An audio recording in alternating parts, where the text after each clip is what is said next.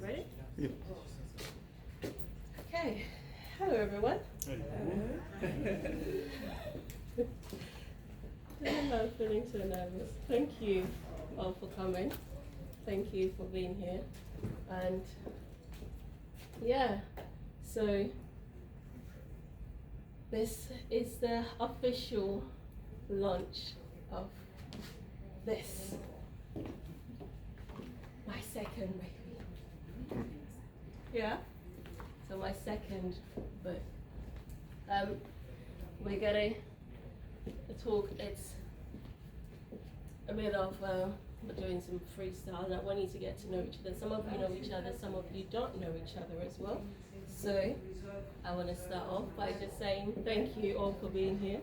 And you can be anywhere on a Saturday, but you've left your house, and I've made you get out of your house. I didn't have to force you, but you came. So I just want to say thank you. I'm really grateful, and I don't take that lightly. Yeah? So each and every one of you here, I want to say, from the depths of my heart, I'm grateful for you being here. And we're just gonna keep going. So those that come in late, they will scroll in because I can't keep you waiting any longer. And we need to finish on time as well, so you can have the rest of your Saturday to do whatever you want to do. So, as I said, this is the launch for not break into cycle, no.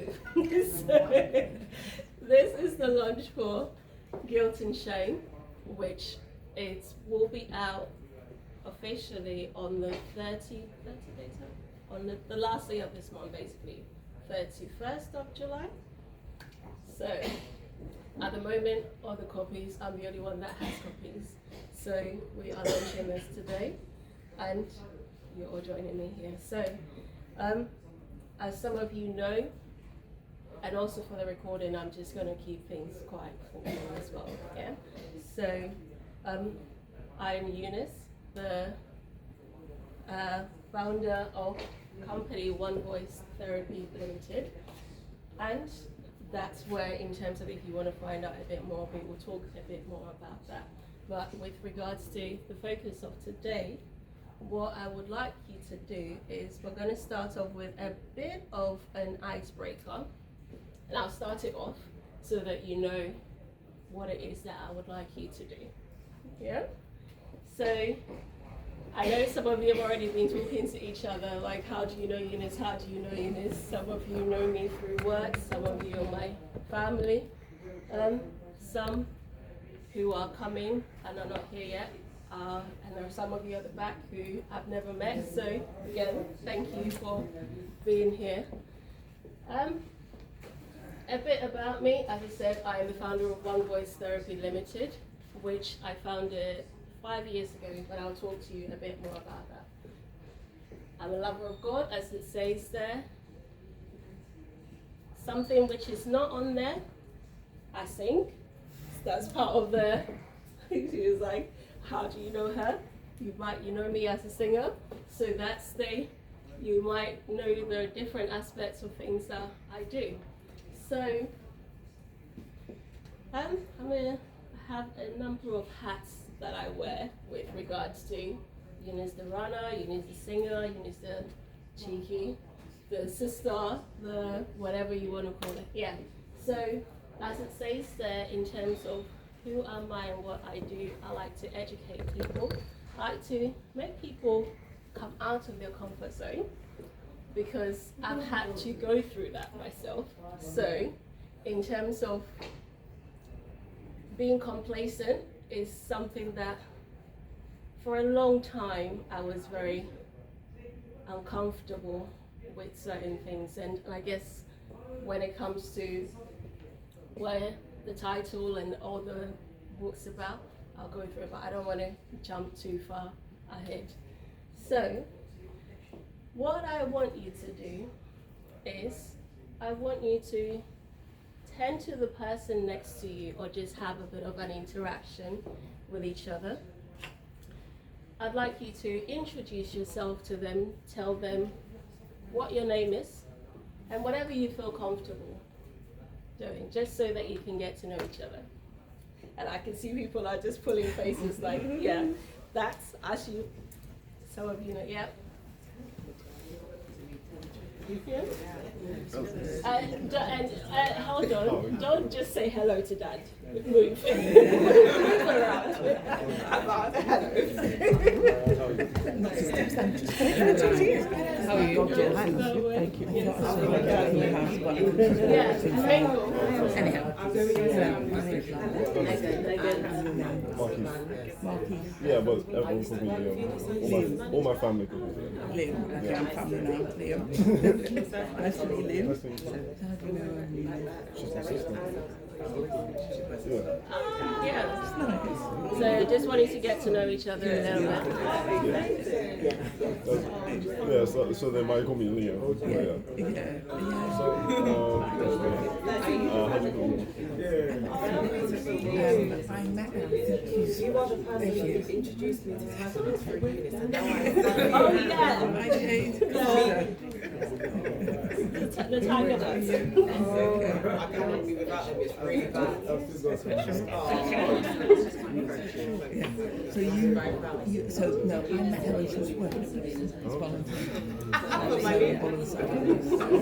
So we always stayed. So we backed the buck. I said, you're only allowed that much. I eat that much each day. We just kept it on, and then she moved into Oh, so nice. But I can't be without them. I'm Eunice. What's your name? Jade. Lovely to meet you. Yeah, it's my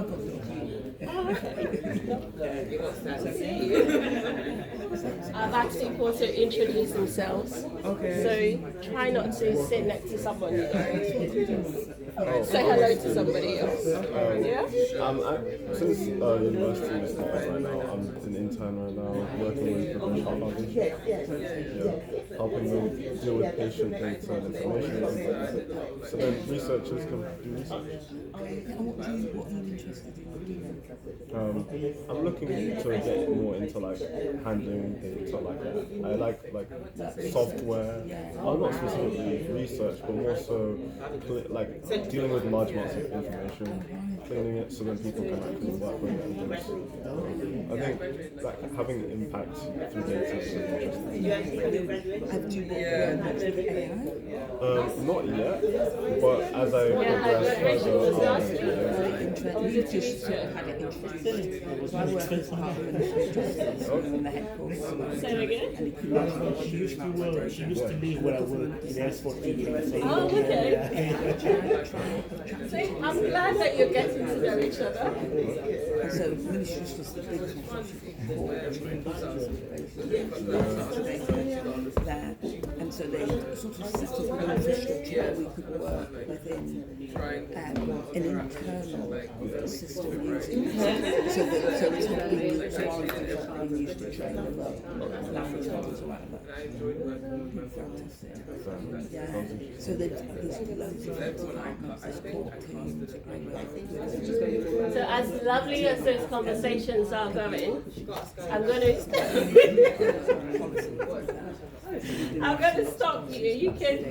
You can carry on with that a bit later on. Yeah? But I'm going to stop you. You don't have to move. You can stay where you are. And yeah, just so that we can carry on. And some of you are probably wondering why did she get me to do that, or why, like. Oh, and there are also some of you that are like, yeah, that's just typical Eunice. Nodding her head like, yeah. Because when I was putting this together, I was like, yeah, I'm not going to tell them what to expect. I'll just go, you turn up, and knowing me, you don't know what to expect. I'll just tell you there and then, this is what I'd like you to do. So we go with the flow. So, I thought it would be a good, because I guess the topic that we're here to talk about with regards to guilt and shame and the book itself, it's quite heavy. And before I start going into any heavy things, I thought, let's just break the ice, get to know each other. It was only 5 years ago we were all in lockdown, and this how people are sat that would not have happened 5 years ago. So yeah, and I think sometimes that human interaction, you don't really value it as much, or you don't really realize the impact that it has when it's not there until you're not able to have it. So I hope that you were able to find out a bit more about other people, not just people you know. Megan, did you speak to somebody else other than that? Yeah. No, just checking. Because I saw you go, hello Dad. All right. So I'm gonna then come back to a bit more about me. So as I said earlier on, I've got 2 books here, but the main one that I'm going to be talking about is the first, I don't know why the first book is still up, but I will go chronologically. The main book we're going to be talking about is this book, which will be released at the end of this month, Guilt and Shame. Now, before I start going into that, thank you. So, as I said, I am the author of this beautiful book, which was the first one released in 2021. Not long, is it a year after lockdown? So, I'm not going to be going to the slide. I'm just going to be giving you some snapshots of like how things came into being with regards to how the book even came about. Author of Guilt and Shame, which will be released in 2025 and is here. Different people here know me in different capacities, as I mentioned. Now, in 2020, during the lockdown period, that was when I set up my company.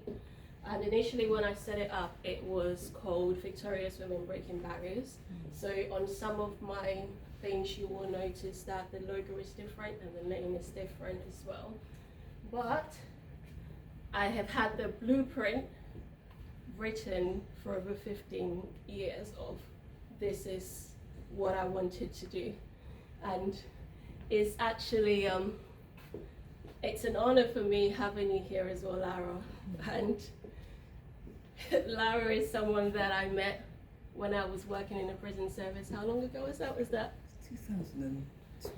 We met in 2012, because that was when I met you in Brixton. Yeah, Isn't it? something like 12, Yeah, so yeah, I think that's, because I remember when I came to Brixton before, and then there were all of the, but that's fun, a story for another time.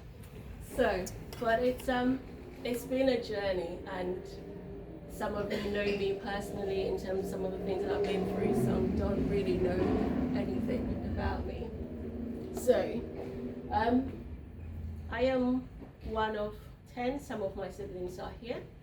I'm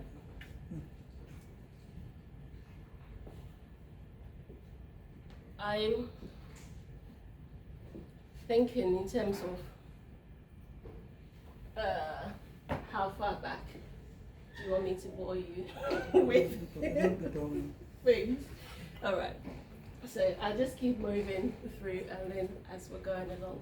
So, as I said, in 2020 was when I set up the company, but in terms of the vision, I've always known that I wanted to work with children, families and young people because of my own upbringing, the experiences that I've had, and the impact that it had on me, and continues to, because there are still things that I'm dealing with. I've had my own share of trauma and therapy, and now I'm a therapist, but that didn't come by accident. I knew that this is what I wanted to do because of my own experiences. I'm getting emotional. So I guess the journey for me has been, it's always been intentional. And I was having a conversation with you, Lara. She's like, you've always like, you want to do this, and it's like, you move on. Yeah. So I've always had that vision of this is what I want to do, because I know what it's like to grow up in homes when things are not as it should be. I know what it's like to smile and pretend everything is okay, but deep down you're dying and you're just hoping that someone will see through. So that, I guess that's kind of the background to me, the journey that I'm on. So on here it says currently I work in the youth justice, and I know I've said about I used to work in the prison. So it's like kind of, there's a pattern of prisons. I mean, my first job was in a leisure centre working with children as a kids activities instructor. But because I've always had that vision that I want to work with this client group and I want to help people to deal with the issues that they're going through so that they can change things around, because otherwise what happens is you either end up in prison or you end up dead. Either because what's happening nowadays, people are either killing themselves or walking with knives to having to protect themselves, which unfortunately it's tragic, but that's the reality that we're in at the moment. And sometimes we forget about the fact that there are things going on for people. We are all human beings. However much we try to paint on a smile and we try to pretend that everything is okay. And yeah, so that's how this whole journey started. I've always journaled about how I'm feeling, what's going on for me, because I've never spoken out about things that's going on for me or what's happening, but I always journaled, and that was part of my release. So it was showing the COVID period that after I set up the company 2020, trust me, I got COVID twice, and I didn't even know I had COVID. I was still working in the prison service then. So, but then the way the things work in prisons, the whole prison is in lockdown, but we're still expected to come in. And I was like, you know what, I've had enough. So I went, I was off, signed up sick for a bit so whilst I was off at home, I was working behind the scenes to set up the company, and I set myself a goal that by the time I go back to work, the company needs to be set up. So before I went back to work, the company was set up. And once the company was set up, also some of the things that I was going through, and also with clients and what I noticed. So as I said, at the moment I work in the youth justice as a therapist, where I've been for about 5 years now. And only me, during COVID, where people are getting furloughed and things are not as secure as they're supposed to be, only me, I'll decide, yeah, I'm not staying in prison service. I'm resigning. But there was just this discomfort within me. And if you notice from earlier, I mentioned about the fact that I'm a lover of God and my relationship with God, and that prompting, it was just like, this is when it needs to be done. And in my mind, I always thought that this company would be set up much further down the line. Not now, but it was during that time that I kept getting the nudging that you need to do this now. So after setting it up, and I was like, okay, so you need to create something for your clients, which will be a gift to them. So that's how I started writing the first book.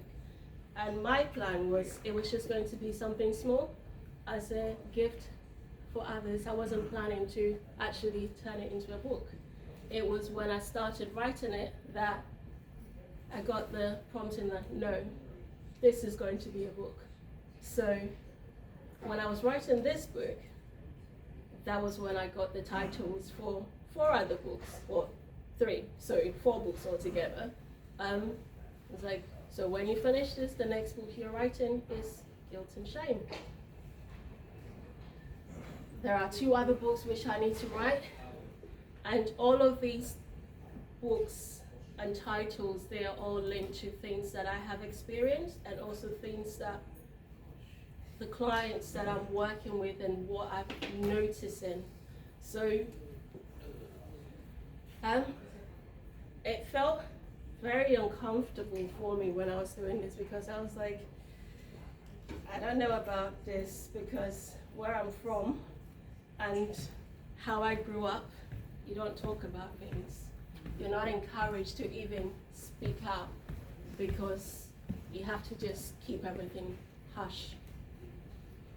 You have to protect the image, and so I was like, yeah, I don't know about this, but I was just like, okay, I'm gonna do it anyway. So it's just through the obedience as I did this, and obviously as it was during the COVID period, I did the launch for this book on Zoom. After that, I then did other events in the library, in other libraries. So today, and as I said, in terms of, I always have the next thing, like I know what I'm doing with regards to this, going here, going there, going there. So yes, I was writing the first book, but then I knew that there were 3 other books that I needed to write. So every time I get ideas of like, okay, this is what I need to do, I start jotting it down. So this book has taken, my maths is not very great, those of you that know me that well, very well. That was published in 2021, we're in 2025, so this has taken 4 years? Yeah. And part of that is also about my journey and just being transparent, and also thinking about how can you help others if you don't push yourself and if you don't talk about certain things. So in both books, I mean, in this one, I don't really go into detail, but this was created more, the Break Negative Cycle was created as a program to help people to recognize what their triggers are for, because one of the things that I noticed as well, because I work within the therapeutic world in that environment, I know that during the COVID period, the waiting list to, even up to now, to waiting list to access mental health services is quite long. And some people are having to wait for up to about a year or 2 years and longer. And unless you have that, you have the money to go private, you're not able to do that. So the aim of this book was written in terms of Break Negative Cycle was to help people to become aware of what their triggers are. And when I talk about the right program, so it's like what recognition, because by the time you get to the point where you are going to see a therapist or you're going to see your GP, if you're having to wait, even now to, I don't remember the last time I went to the GP, I thank God for that, but to try and get an appointment just to get a routine check-in or something, I think people are having to wait for about a month or longer, which is quite disappointing in some places. So one of the things that I thought was, this is something that you can read to help you to understand, to gain understanding of your own self. What are some of your triggers?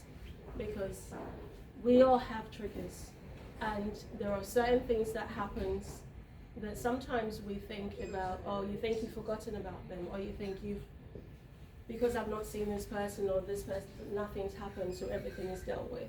But really it's not. And it's all still there, buried in your subconscious, until someone honks at you the wrong way in traffic, or looks at you the wrong way, and then you just want to scream or shout at them. And one of the other things that I also wanted to emphasize is the fact that when it comes to, there is this negative connotation around mental health, and it's just, mental health is simply our mindset and how we look at things, how we perceive things. You don't have to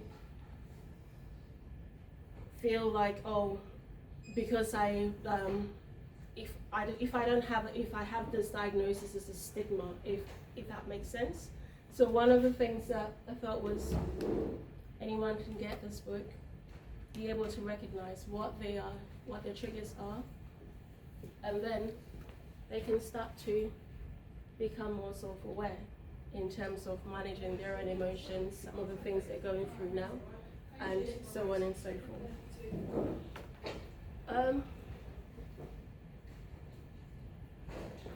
You can read the slides. I'm not going to read to you. So I'm literally just talking through. So that's a little bit about in terms of the company. And as I said, in terms of the values, it's about helping people to change, to grow. Because as uncomfortable as change is, we all have to go through changes, and we have to come out of that, what we're used to. It's not always a negative thing. Change is not a bad thing.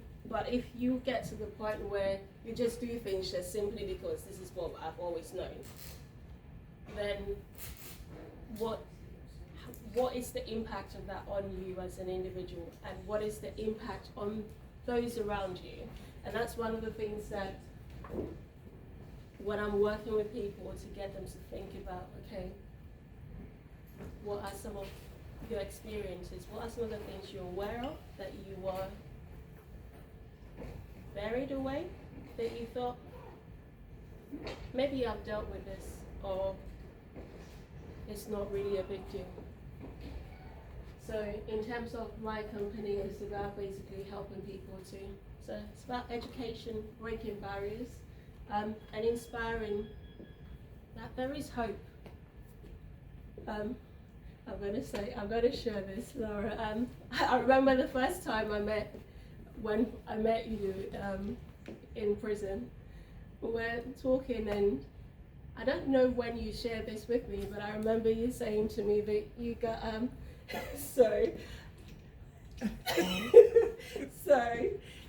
Laura said to me that when they met me, because in the prison there was a potter cabin, and part of the values and the things that I've grown up with is that you knock before you go into a room, and how you manage yourself. So I was knocking the officer, waiting for somebody to tell me to go in, and I didn't see anything wrong with that. But I remember when Laura and I got to know each other, she was saying to me, she was like, Eunice, you know what? I remember when we met, because they were in the office, and they just had this tap noise, and then I was like, who's that? And then I came in later on, and then she said, one of the things that they said was, this one, she's too timid. The prisoners are going to eat her alive. And I guess I share that because sometimes we all have a persona of how we come across, and sometimes we're aware of them, sometimes we're not. Because of my experiences and how I've grown up, my dad is here, who normally says to me, why are you so secretive? Why don't you share anything? You don't tell me this, you don't tell me that. Yeah, but part of the things that I've grown up with is about learning to look after myself and to protect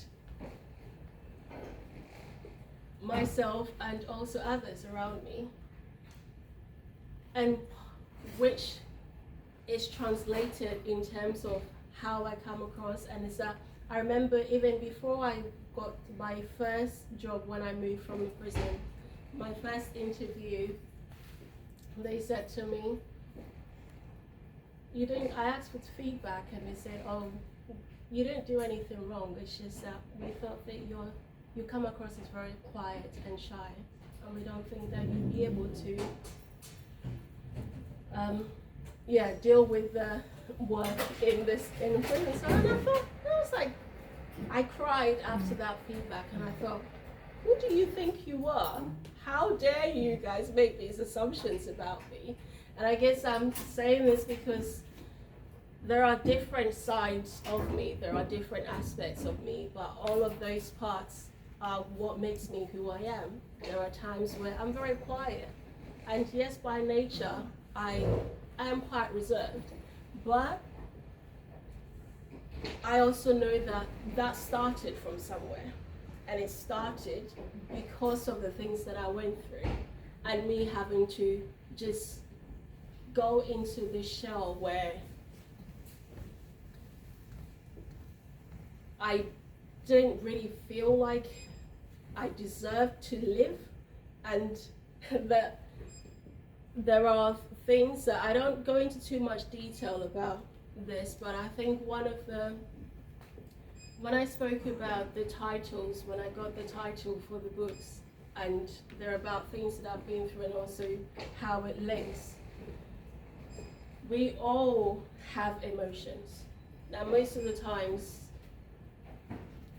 we think about certain emotions and people say things like, oh, this emotion is bad or that emotion is not good.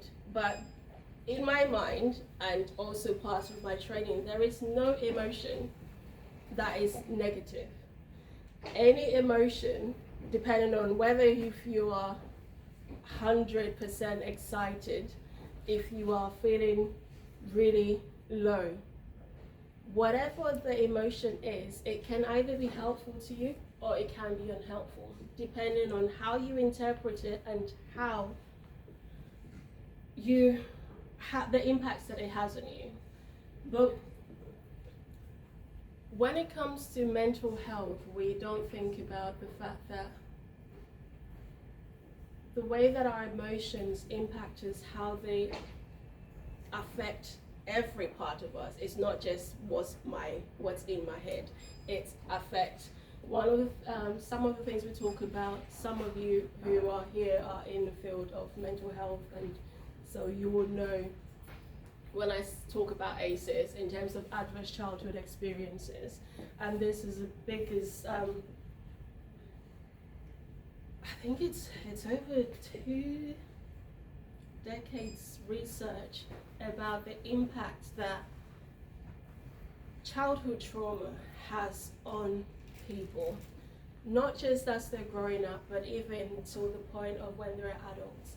And the initial research that was done found that from when you go to the GP and they look at people who are obese, people who have diabetes or whatever illnesses, they can trace it back to what happens in their childhood. Yes, there are certain things that's happening in childhood, but even not just specifically to do with childhood, but throughout your life. What are some of the experiences that you've been through, and have you dealt with those things or not? And guilt and shame is they're two powerful emotions, but we don't really think about them as a big deal. You can do something, you feel sorry about it, you feel guilty. It's not a big deal. But it becomes a problem when you haven't dealt with it. And in this book, I go into more detail. So in the first chapter, I feel like I've been talking for too much. I'm going to stop talking in a second. So I'm going to get you if you have any questions before I move on. So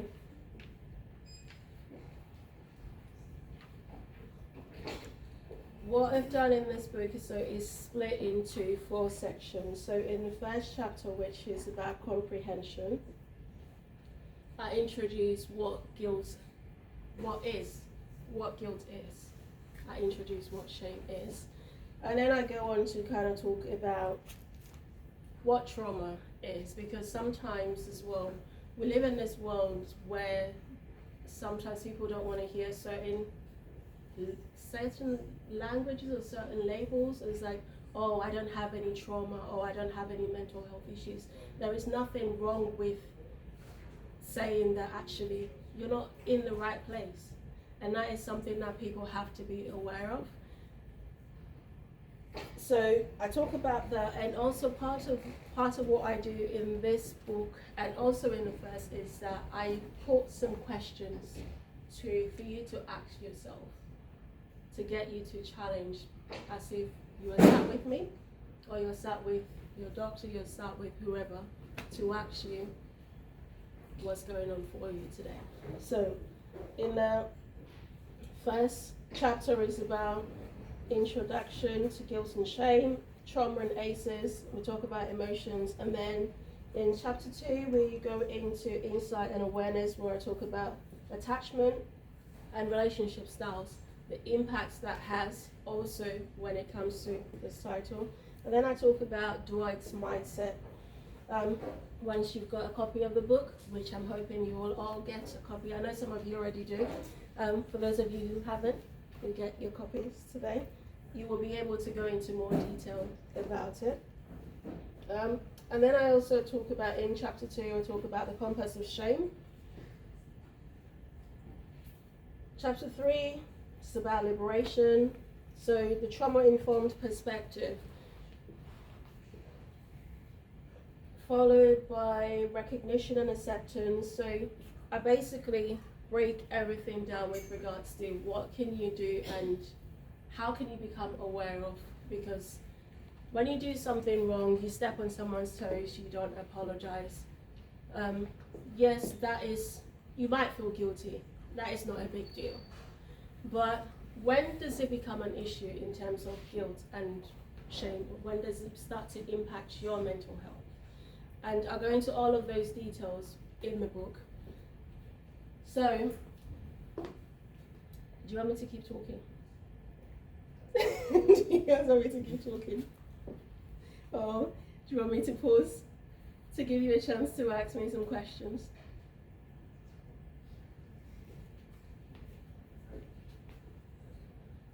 Everyone's just like nodding. What do you feel comfortable with? I am think go you and pause. So I don't have an issue with silence. True therapist,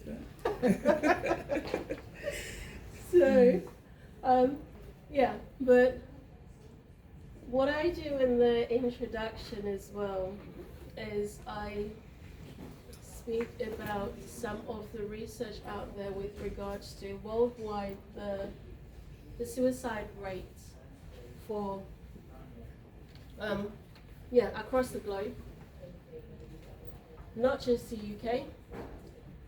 So when you go through the book, you will see in terms of what's going on around the world. And all the books at the moment, they're specifically written in color and not in black.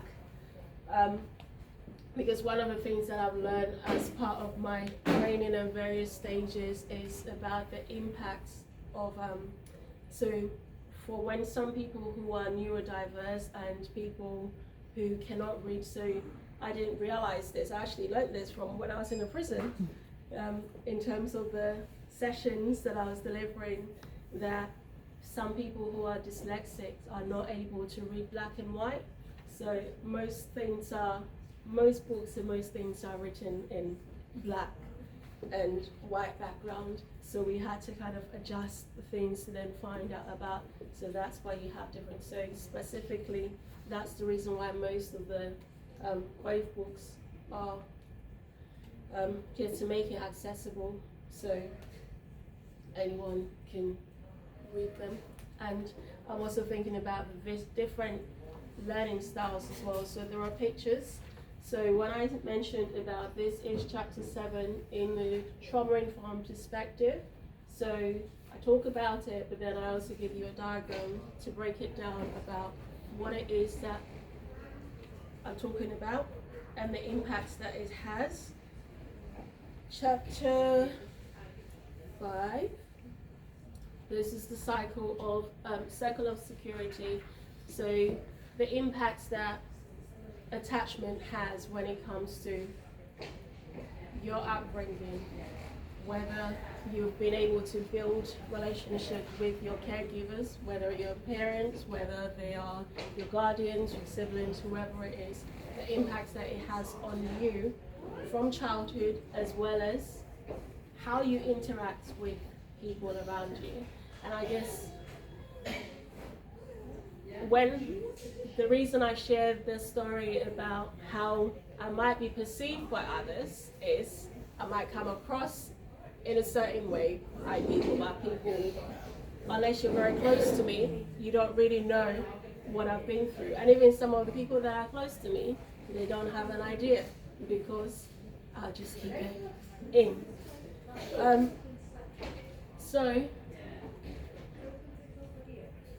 What's my next bit? There you go. That's a pause. That's the next exercise. So I'm going to pause there, and then we can either, you can talk to each other or you can just pull it out. So we're going to just do a bit of an exercise, and part of this was, what I thought was, how many of you have previously had therapy either individually or with others? You can just say me or, yeah? What was that experience like? I was in group therapy session, so it was quite enjoyable. Okay. I liked it because people from different areas of London, different backgrounds, of them, like police officers, we had normal people, we had people with severe mental health disabilities that were struggling to function. So I found it, I really liked it. Okay. Do you think you would have if it was individually? No. Why not? Because my understanding of therapy is the therapist is guiding the individual to change their beliefs and change their own thoughts. I think I'm very capable of doing that in the capacity of my own life at the moment. Okay. Thank you. Does anyone, did you want to share? Or, Yeah, I've had individual and group. sorry, I've had individual and group. Yeah. do you want to say something? I had individual therapy for a long time. And I'm not surprised in terms of the field that we're in. And thank you for sharing, sis.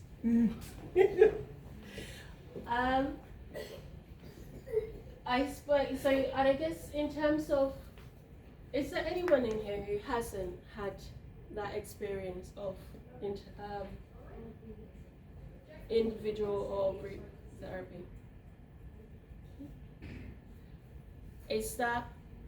Do you know why? Is it because you've not even thought about it? Is it because it's not something you thought is useful? Never thought I needed it. Okay. Or never thought I could afford it. Because, money, you think that's expensive, or time, you don't have time to, or it's not important, or you can just complete it and just carry on.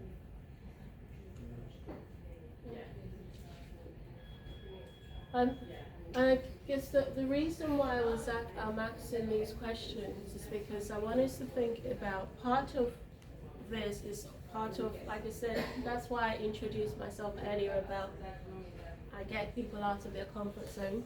I've had to come out of my comfort zone, and I'm still pushing myself to come out of that because my natural inkling is to hide. Because for a long time, because of the amount of experiences that I've had, I felt that I wasn't good enough and I was riddled with shame. But at no point did I feel like, oh, I had mental health issues.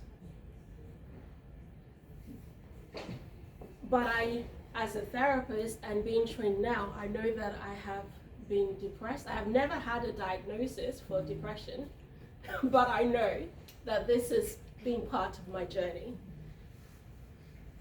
And that links back to guilt and shame. Because, and the reason I asked about that question with how many people, and I know you said about you've never thought you needed it. Sometimes we are encouraged, or we're thought to think, oh yeah, I can deal with things on my own. Or you just go onto online and just think about this, think about, or you only go and see a therapist. It's for weak people, people who are not strong in their mind. They're the ones that have mental health issues. Those are some of the things that sometimes people think. But we have to realize that there is nothing negative about saying that you're not okay. And you don't have to have a diagnosis. But the fact that you're feeling guilty about something, like I said, guilt is not always it's not a negative thing. But there comes a point where it can be negative and it can become something more than that, and it's riddled. You okay? Yeah, I'm good. And it's riddled with shame, which then by the time you become depressed or diagnosed with something else, that is just a fancy label, but there are things that's going on underneath for you. And it's about getting to the point of recognizing what is really at the root of this. Is it because you think that actually I'm not good enough? And is that your own voice, or is that part of the voices that you have grown up with, hearing either from your home, from the people around you, from school, from wherever, from whatever, that is contributing to what's happening for you? Yeah. So what I really want to do is to kind of encourage people to think about, how are we looking after yourself? Because if you have a broken finger, which I noticed when you came in, I was like, what happened to your finger? You have a broken finger, you have a headache, you take a paracetamol. Or you just go to your GP, give me this tablet, give me. But when it comes to our well-being, most of the time we just think about our physical beings. We're not just physical beings. Whatever is happening on the inside will impact what you see on the outside. And it's important that we get to the point of recognizing, am I okay today? And if I'm not okay, what do I need to be okay? And it's okay to just sit down, which is something I'm having to learn, because how I grew up, you can never just sit down and not do anything, because to me it's like you're wasting time. So I was just like, oh, it's always on the go, and I can't just sit and not do anything. But sometimes it's okay to just take a break. We're not superhuman beings. Everybody has a breaking point. And if you don't get to the point of recognizing what your trigger is, what your breaking point is, whether it's linked to guilt, whether it's to shame, and the impacts that it's having on you, you are just going to keep going round and round and round. And one of the things that's really dear to my heart is about helping people to become aware of themselves so that they can take ownership of them. Because the only people that have control, the only ones you have control over is yourself and no one else. We can try to manipulate people, but that is not going to work. And if you don't know what your triggers are or what's going on for you, you're not going to be able to manage the situations that so that talks about in terms of the services that I offer with my company. I said I was going to give you a chance to ask me questions, didn't I? And then I just did a short bit and I stopped. So I'll stop now. Do you want to ask me something? I guess it sounds like it's quite heavy subject matter. I suppose what makes you hopeful? what makes me hopeful is myself. Because I never dreamed that I'd be doing this. And in terms of my belief in God, and if anyone had told me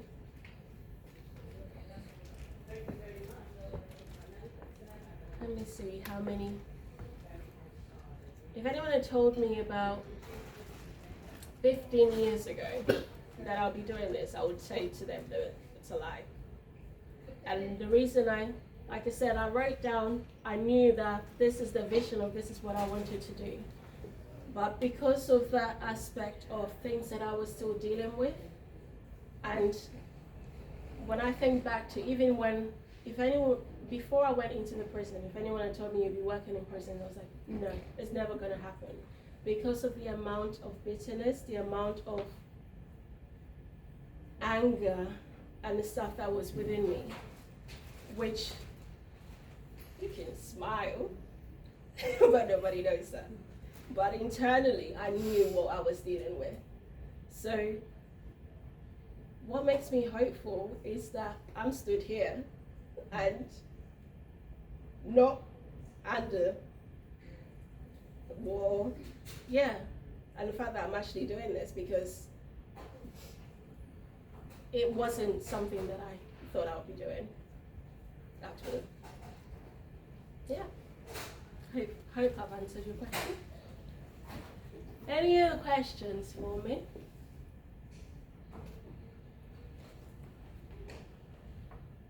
And then what I'm going to do is, 2 people in this room, you don't know, I didn't pre-warn you, so, but,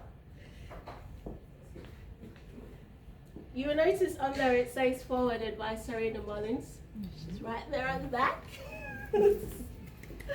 So, thank you for being here. And Eugenie is also one of the people that went through this. So there are people around me that are very dear to me with regards to everything that I do and how I write. So I get it looked at by others, not just in my own head and what I think, also because they're within that field as well. So I'm putting you on the spot now, and I want you to, I guess, just tell us from your point of view, because you read this from top to bottom before it went to the print, and there are a few others who are not here. But I want you to kind of take whatever you want to share. How was it like for you when you read it? Yeah. Sorry, someone's people. So, well, I just think it's kind of amazing, and I can, you can hear your kind of authenticity in everything. It's in all the pages, and to me, what I really appreciated was just the language. It's really accessible, and it's a workbook that I think is accessible to such a range of people. So and just the thought and consideration you've put into that you was talking about neurodiverse people. You really have spent time, you've planned it, and that comes across in the book, and I think you have to applaud yourself, Eunice. It's amazing. It's an amazing achievement. And also the fact, as you're saying, and we can hear that it's not an easy subject. You've really dug deep, and you've put that on the page for others to support others, exactly what you said. So respect. Thank you. Everything. It's amazing achievement. Do you want to say something? How could I not? What would you say about the book?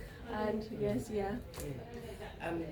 I think I remember the moment when we were in our team meeting. So I worked with Eunice, and as she does in her own very Eunice way, declares that she is writing her next book. So we're all on tenterhooks. What are you doing on? And the moment she mentioned the topic guilt and shame, I think she took our breath away a little bit.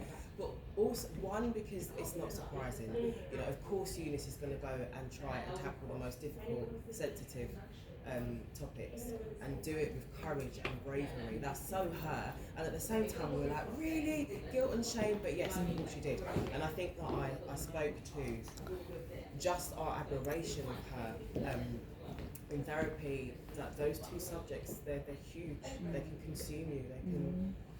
They can take up all of the space in your brain and all of the space in your body. And so for Eunice to write about this, and to use herself actually first as, I'm going to say, an illustration or an example of just how difficult these subject matters are, but also the bit that she spoke about, which is that hope is possible. And I think that's the thing all the way through, that she takes reader on a journey and lets them know that no matter how difficult these things are, and probably will continue to be, that there is hope, and the book really helps you to think about finding the ways for you, where hope can be possible, and help you to kind of make sense of stuff that can feel really maddening. So, again, congratulations. Thank you all for being here. And as I said earlier, I don't take it for granted. I appreciate each and every one of you. There are some of you in here who have already got the books. Have you started reading them? So? And over there? I'm just asking because I wanted to know your opinion in terms of what you found so far. If there was anything you wanted to share.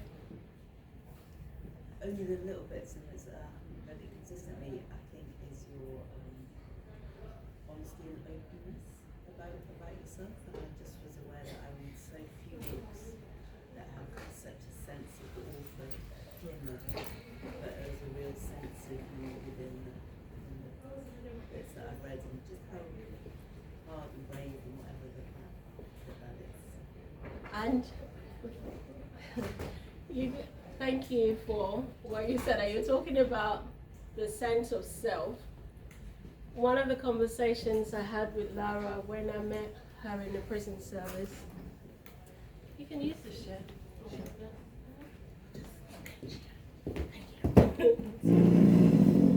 So when I went into my initial training was in forensic psychology. So my plan was to this is the line that I'm going to be towing. I'm going to just help people through psychology, help them because I want to know how people's mind work, what makes them tick, why they do the things they do. I can't remember how long it was, but I remember sitting in Lara's living room. We're having a conversation one day, and she said to me, Eunice, what is your vision? What do you see yourself doing? And I said, this, but I don't just want to work with individuals. I want to work with families. I want to work with children. I want to work with the whole system. Do you remember the question you asked me? And then she said to me, have you heard of something called multi-systemic therapist? I was like, what's that? And I was like, huh? Yeah, and she said, that's literally what you've just described.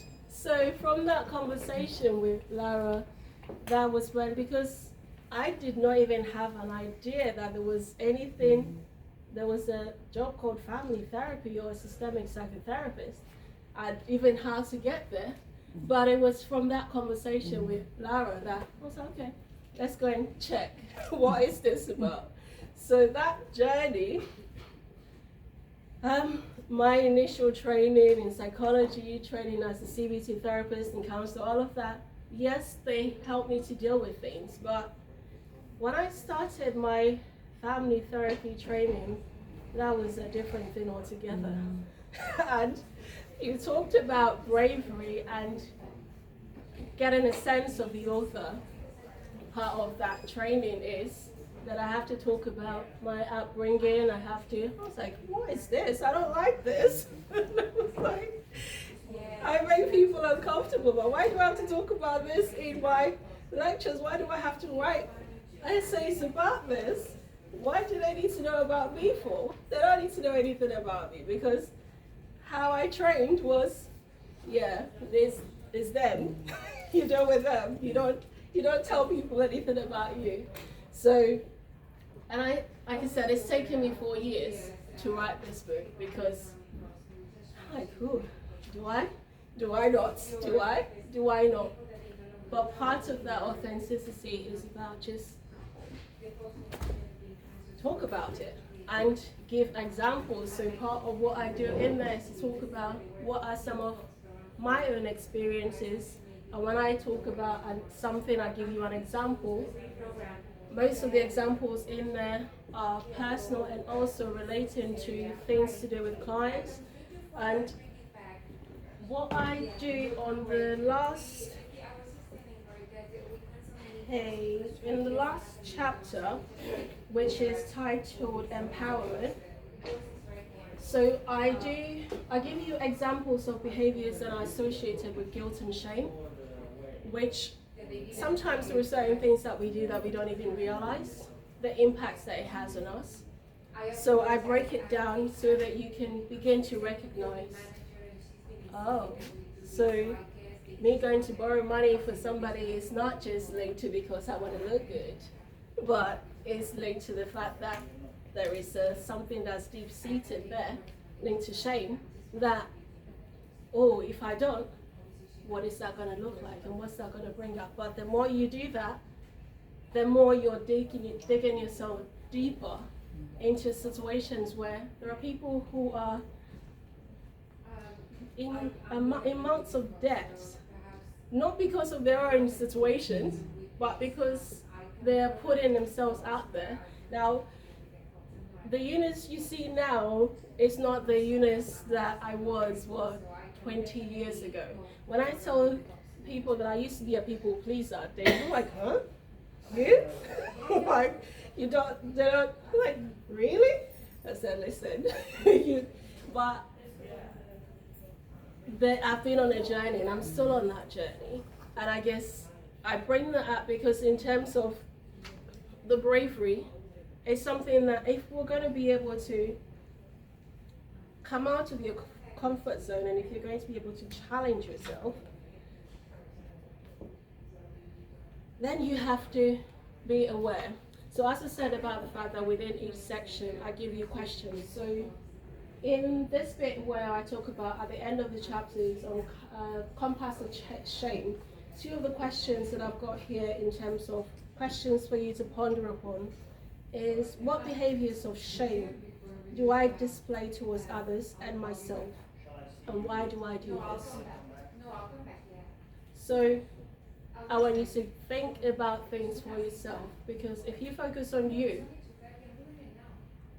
you can only change you. You can't change somebody else.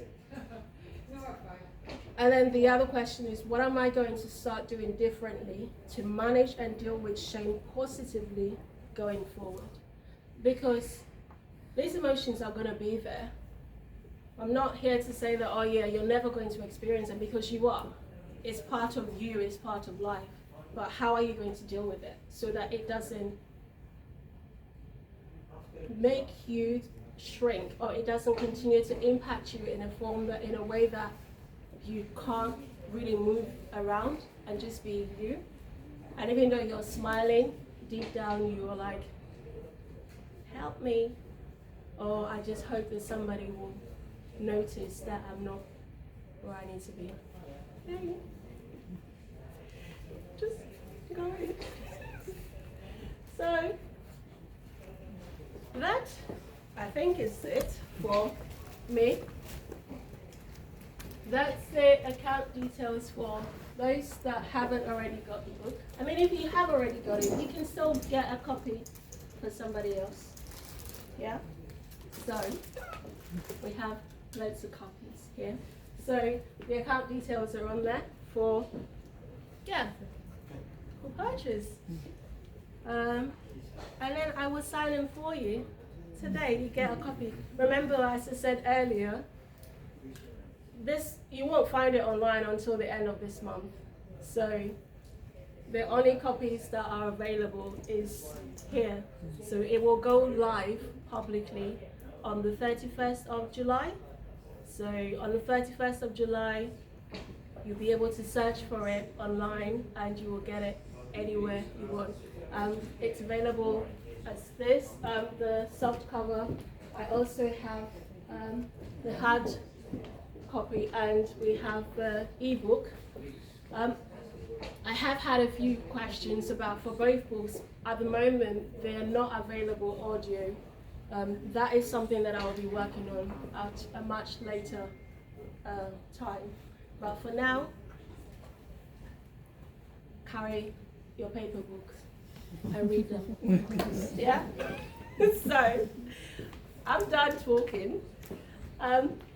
Any questions, or what questions do you have for me? Any? How does it feel for you, Eunice? You've sort of had this sort of long-term sort of vision for yourself. You've talked about you never imagined it was going to be you. And now you're standing here talking to us about a book you've published. You've had your colleagues and friends and support network review it for you. How does that feel for you, standing here? It's surreal because sometimes I have to pinch myself. It's like, is this really happening? Yeah, it's unbelievable because, as I said earlier, it's not something that I imagined or thought that I was going to be doing or would have been able to. But it's also rewarding, and yeah, and I'm just grateful to God for just the inspiration and grateful to you as well, Lara, because I think that conversation with you about have you heard of this, that was the change for me, because I don't think if I had stayed down the path where I started, I don't think I would actually have pushed myself. And in terms of going through that whole systemic psychotherapy training, where it's like, no, you have to talk about this, you have to write this, because when you look at the first book compared to this, there's a difference. There is more, you know about me in more in the second book, and that was still part of in terms of the journey. Because I'm like, yeah, I don't know, should I, what's people, what are they gonna think? But hey, that's what I'm trying to get people out of, so I have to do it. I can't take people to somewhere you haven't been.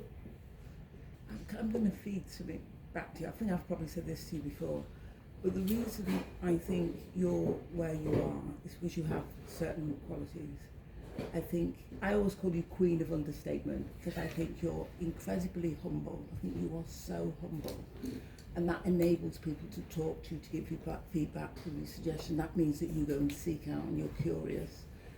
I think you're incredibly tenacious. I remember when you were working in the prison, you tried, you were knocked back, weren't you, by Izzy? Yeah. And then you came back and you were fighting, but you were working in Iceland, you were working in the solicitor's office, you were doing everything you could to try, and you were doing all that people referrals to work as well. Yeah. You're very generous, you're very encouraging. I know certain times I've asked you to support people, and you have readily done that and gone over and above and then checked in with me. How is this person doing? So you have a lot of really lovely, lovely qualities, which mean it doesn't surprise me you've got all these people that have come out on a Saturday, which tells me you deserve to be where you are. And I'm sitting here feeling, oh my goodness, I feel so inspired. What do I need to go and try and do for myself? We need to finish on that manga. I haven't forgotten. Yeah. Thank you. Yeah, Thank you. So, Does anyone have any questions or anything? Sarah at the back? Okay. You up there? Any questions or anything? Yes. Question. Well, I know you as a woman of God for 4 years now, and guilt and shame. What helped you most? Faith or profession? What would you advise people also? I think it's both, and I think for me it started with when I talk about faith. Because of the experiences that I've had, yes, I knew that there was a God, but I always doubted, and I thought, if there was a God, why did you allow these things to happen to me? And why did you allow me to go through some of the things that I did and have still been going through? So I've had my moments of doubt where it's like from childhood, but I go back to, I won't be standing here, as I said, in terms of the prompting of the Spirit with regards to this is when this needs to be done. Because even though I've had my moments where I've doubted, yes, I've had my experience of therapy, but for me, there is a link in terms of the spiritual and the mental. There is not a separation, and I think also the question earlier about hope, how do I get hope? And I think the fact that I'm stood here, it then encourages me. It's like, oh, okay, so you are looking out for me, and you are the one that's encouraging me to do this, because otherwise I wouldn't have. And I could have just stayed in that comfort place. So my faith is always something that goes with me, because even when it's the professional, you can't separate the person from the professional. You're one person. So yeah, so I would say the foundation for me is the faith. That's what fuels it. But there is also that professional aspect of it. I would separate the two, because for me, in terms of when it comes to my inspiration and when I do what I do, I am only writing because of the faith that I have in God and the download. Because if I had not been obedient in terms of, okay, you're writing that first book, Break Negative Cycle, this is what I want you to do. If I had stuck with the professional Eunice, I would have just put words on a paper, nothing to do with me, don't go any deeper. But I couldn't just do that. Does that make sense?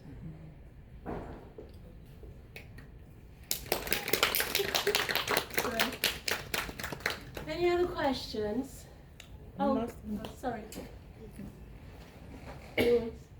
Yeah? I know you're not going to tell us, but I am really curious about what the third and fourth titles are. So it's in the book. It's actually in the first book. So I put all of the titles in I there. wanted to go back to it then. Yeah. So the third one is respect, and the other one is love. But but again, you will find out once it's and given me, it's not going to be an easy read, but we will get there. We'll do it. And just as I was doing with this, I have already started jotting things from when I got the title, so I have things written down. When it needs to be done, it will get done. Yes. Yeah. I love reading your little clips here and there. It just inspires me a lot. What gives you the drive? Maybe you've spoken about this already, but what drives you? What gives you the fire? What's burning energy in you to do this? I think that it's about, because I know what it's like, the pain where I was and the impact that it had on me. And in my daily work, I see it. And when I'm walking around, I see it. I can see the pain that people are going through. They might not say it, but I think because I've been through it, I can pick it up around people. I might not say it, and it's just like, how do you help others to, because not everyone has the opportunity to go and pay privately or to go to the NHS, but what can you do to help others to recognize that you don't have to stay in that low place? Because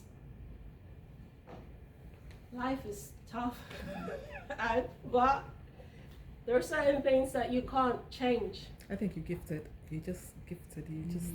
Thank you.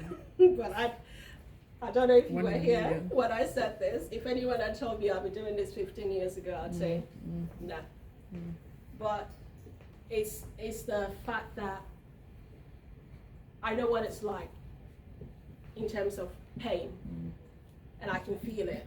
And in terms of the world around us, people, when you listen to the news, I don't remember the last time I watched the news, but most of the things on the news lately is either this person's been found dead on their own, someone's killed themselves, this young person stabbed this person. All of those things, they are related to pain.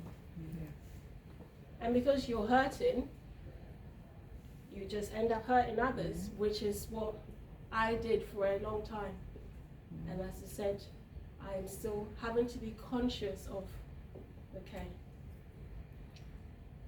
yes, this is what you are used to, and that's your default, but you can't stay in that way because it's not healthy and it's not helpful for you or for those around you. Hopefully I've answered your question. Any other questions? If not, we can draw it to a close. Yeah?